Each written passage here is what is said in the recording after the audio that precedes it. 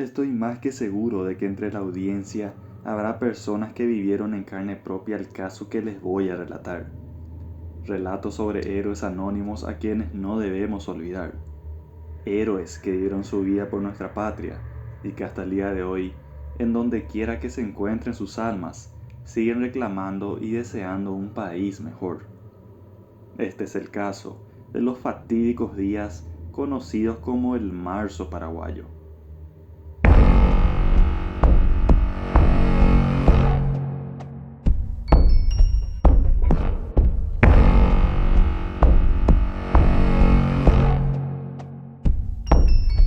Todo empezó con un magnicidio.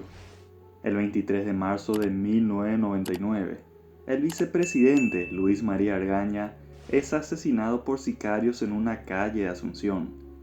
El crimen genera una ola de repudio y de creciente manifestación ciudadana, reprimida por el gobierno, pero que se mantiene durante varios días en la plaza del Congreso, hasta que se produce una masacre con los disparos de francotiradores, que causan la muerte de 7 manifestantes y un total de 769 personas heridas, de los cuales 92 de ellos fueron heridos por armas de fuego.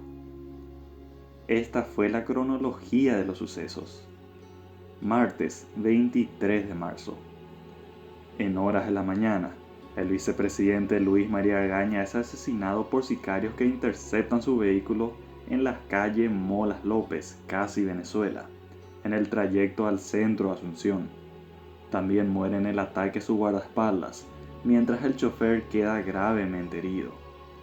Seguidores de Argaña y miembros de la organización Jóvenes por la Democracia inician una marcha desde el Sanatorio Americano hasta el Palacio de López, reclamando el juicio político al presidente Raúl Cubas y cárcel para el ex general Lino Oviedo, a quien acusaban de ser el responsable del crimen.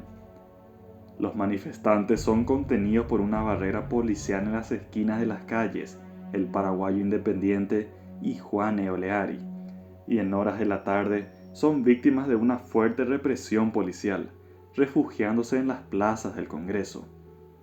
Renuncia el ministro del Interior, Rubén Arias, y es sustituido por el capitán retirado Carlos Cubas, hermano del presidente.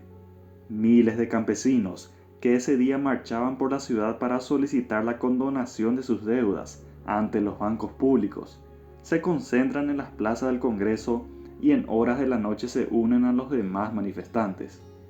Los principales partidos políticos convocan a la ciudadanía a adherirse a la movilización. De a poco se iba caldeando el ambiente entre los diferentes grupos que hacía crecer el gentío en las plazas. Miércoles 24 de marzo.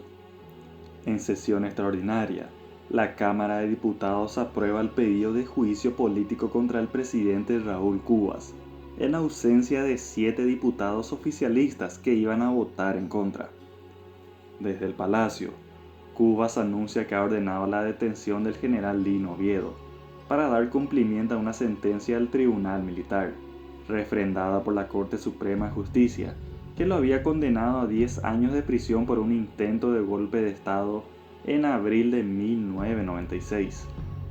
Oviedo se presenta al cuartel del batallón escolta presidencial, pero aclara que no se considera detenido, sino que se ha presentado voluntariamente para aclarar su situación jurídica.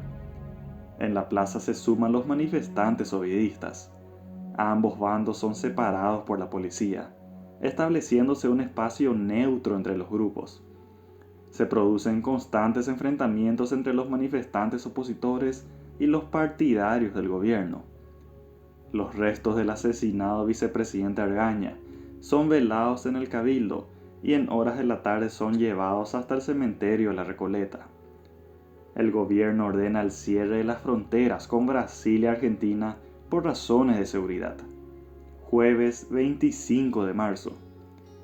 El Senado se instala como jurado y los fiscales de la Cámara de Diputados acusan al presidente Raúl Cubas de haber violado la Constitución Nacional y de incumplimiento de la obligación de colaborar con la justicia, al no cumplir con la orden que conminaba a encarcelar a Oviedo.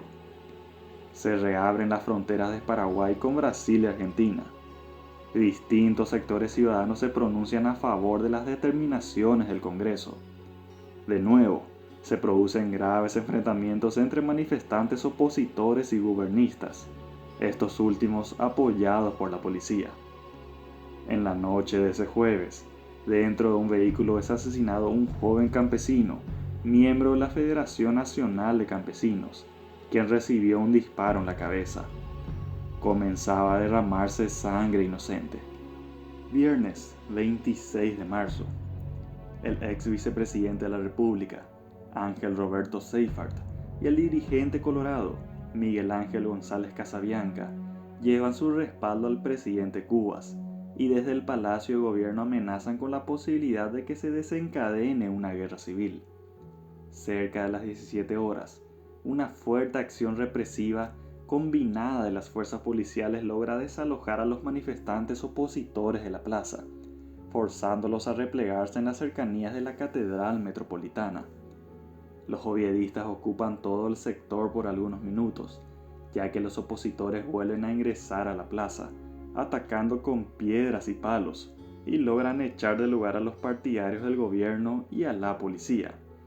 Varios autos son volcados o incendiados para formar barricadas y fortificar la plaza. El presidente Cubas ordena que las Fuerzas Armadas salgan a imponer control. Una decena de tanques y tropas de la caballería avanzan hacia el centro de Asunción, pero las barricadas impiden el ingreso hasta las plazas. Los tanques toman posiciones en zonas cercanas.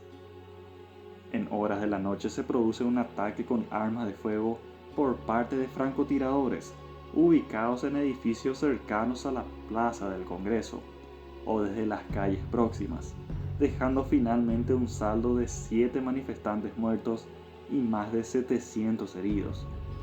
Se desata una verdadera batalla campal en el microcentro hasta horas de la madrugada. Se habían llegado a grabar mensajes hostiles por comunicación radial privada de adherentes de Oviedo convocando a una movilización y ataque contra los manifestantes opositores en la plaza, desde un edificio gubernamental adyacente a la Catedral de Asunción. Esa misma noche del 26 de marzo, 7 manifestantes opositores a Oviedo fueron asesinados por francotiradores. Los fallecidos fueron Cristóbal Espínola, Henry Díaz Bernal, José Miguel Zarza, Víctor Hugo Molas, Manfred Stark, Armando Espinosa y Tomás Rojas. El proceso judicial posterior determinó que los disparos provinieron de adherentes de Oviedo y Cubas, entre ellos Walter Gamarra, que era un funcionario gubernamental en ese entonces, filmado al disparar contra los manifestantes, además de muchos otros francotiradores que dispararon desde los edificios. La creación de barricadas por parte de los manifestantes en las plazas y fogatas que hacían de cortinas de humo impidió que la masacre fuera mayor. El centro de Asunción quedó como un escenario de guerra. Vehículos incendiados, ventanas rotas, calles destrozadas y centenares de heridos. Sábado 27 de marzo. Por un acuerdo garantizado por el arzobispo de Asunción, Monseñor Felipe Santiago Benítez, los manifestantes aceptan retirarse del sector céntrico de las plazas y permanecer en las inmediaciones de la catedral para garantizar la realización del juicio político parlamentario. Tropas de la Infantería de Marina forman un cordón alrededor del Congreso. En la sesión del Senado, los abogados del presidente Cubas presentan sus alegatos de defensa. Empiezan las negociaciones políticas para forzar la renuncia del presidente. El comandante de la policía, Niño Trinidad Ruiz Díaz, es destituido y condenado judicialmente por ordenar el abandono policial de la plaza y por no responder inmediatamente a los pedidos de auxilio de los manifestantes y congresistas opositores, y se inicia contra él un sumario por las muertes en la noche del viernes. En el proceso judicial sobre la masacre, Carlos Cubas, ministro del Interior, testificó que al reunirse con Trinidad Ruiz Díaz, este estaba recibiendo órdenes telefónicas de Oviedo. La familia del vicepresidente Argaña anunciaba que promoverían querella contra Cuba hacia Oviedo, responsabilizándolos del asesinato. La mayoría de los manifestantes permanecen en vigilia en las cercanías de la catedral. Domingo, 28 de marzo. En horas de la mañana, la misa del Domingo de Ramos en la catedral se convierte en un acto político para los manifestantes opositores al gobierno. En horas de la tarde crece la tensión ante versiones de que grupos de oviedistas armados marchan hacia la capital, presuntamente para forzar enfrentamientos. Se producen reuniones entre diplomáticos y dirigentes políticos en la embajada norteamericana y en la residencia presidencial de Brucharoga. Incluso el presidente de los Estados Unidos, Bill Clinton, se hizo eco de lo que ocurría en nuestro país. A las 20:40 horas, el presidente Raúl Cubas comunica su renuncia y su partida al exilio, al Brasil. A las 21 horas, el titular del Congreso, Luis González Macchi, asume la presidencia. Las Fuerzas Armadas reconocen la legalidad del nuevo gobierno. Miles de ciudadanos llenan las plazas del Congreso y la explanada del Palacio de López, mientras caravanas de vehículos circulan por las calles, con sus tripulantes agitando banderas, en celebración. El general retirado Lino Oviedo huye del país a bordo de una avioneta, con destino a Buenos Aires, donde recibe apoyo del presidente argentino Carlos Menem. ¿Y cuál viene a ser la historia posterior a todo eso? Tras asumir la presidencia del entonces presidente del Congreso, Luis Ángel González Macchi, se encomendó la búsqueda y captura internacional de Lino Oviedo. El 12 de junio del año 2000, Oviedo fue capturado en Foz de Iguazú, Brasil. En todo ese tiempo, sigue manteniendo vínculos con sus seguidores, dirigiendo acciones políticas y dando entrevistas desde la clandestinidad, presuntamente oculto, por momentos, en territorio paraguayo. El 28 de junio del 2004, Oviedo retorna al Paraguay y decide someterse por propia voluntad a la justicia, para enfrentar los cargos acumulados en contra suya, tanto los del intento del golpe del 96 como por las muertes del marzo paraguayo. Es detenido y trasladado a la prisión militar en Viñascué, en las afueras de Asunción. El 23 de julio de 2007, Oviedo logra que un recurso de habeas corpus sea admitido ante la Sala Penal de la Corte Suprema de Justicia Paraguaya y obtiene su libertad provisional en el proceso por el asesinato de Argaña. El 30 de octubre del 2007, la Corte también absuelve a Oviedo y deja sin efecto la condena de 10 años por el intento del golpe de 1996. Uno por uno, utilizando sus fuertes influencias de la justicia paraguaya y el poderoso aparato de abogados que siempre supo manejar, Oviedo logró desvincularse de todas las acusaciones y procesos en su contra y recuperar su plena libertad. La mayoría de las últimas resoluciones a favor se obtuvieron durante la presidencia de Nicanor Duarte Frutos, por lo cual se habló de una alianza entre el último presidente colorado y el ex militar. Los familiares de las víctimas del marzo paraguayo sostienen que la justicia cedió a los lazos de corrupción que protegen a Oviedo y a sus seguidores, favoreciendo la impunidad. Desde su rehabilitación tras los sucesos del marzo paraguayo, Oviedo no dejó de seguir intentando llegar al poder, presentándose como candidato a presidente, pero los últimos resultados electorales demostraron que ha perdido mucho de su caudal electoral, alcanzando como punto máximo en el 98, cuando estuvo a un paso de ser presidente. Se caracterizó al fenómeno del oviedismo como un fascismo tardío. Probablemente Oviedo sea uno de los últimos caudillos de una estirpe de militares latinoamericanos obnubilados por el poder y la ambición desmedida. En sus últimos años, Oviedo prefirió situarse en cargos de poder y candidatura a su entorno más familiar, incluyendo a sus hijos y a su esposa, provocando la ruptura con varios de sus más fieles seguidores tradicionales. En la noche del 2 de febrero del 2013, cuando Lino Oviedo regresaba a la capital de una gira proselitista por la zona de Concepción, aparentemente con un frente de tormenta, el helicóptero que lo transportaba en compañía del piloto y su guardaespaldas, se precipitó a tierra, falleciendo los 3 tripulantes.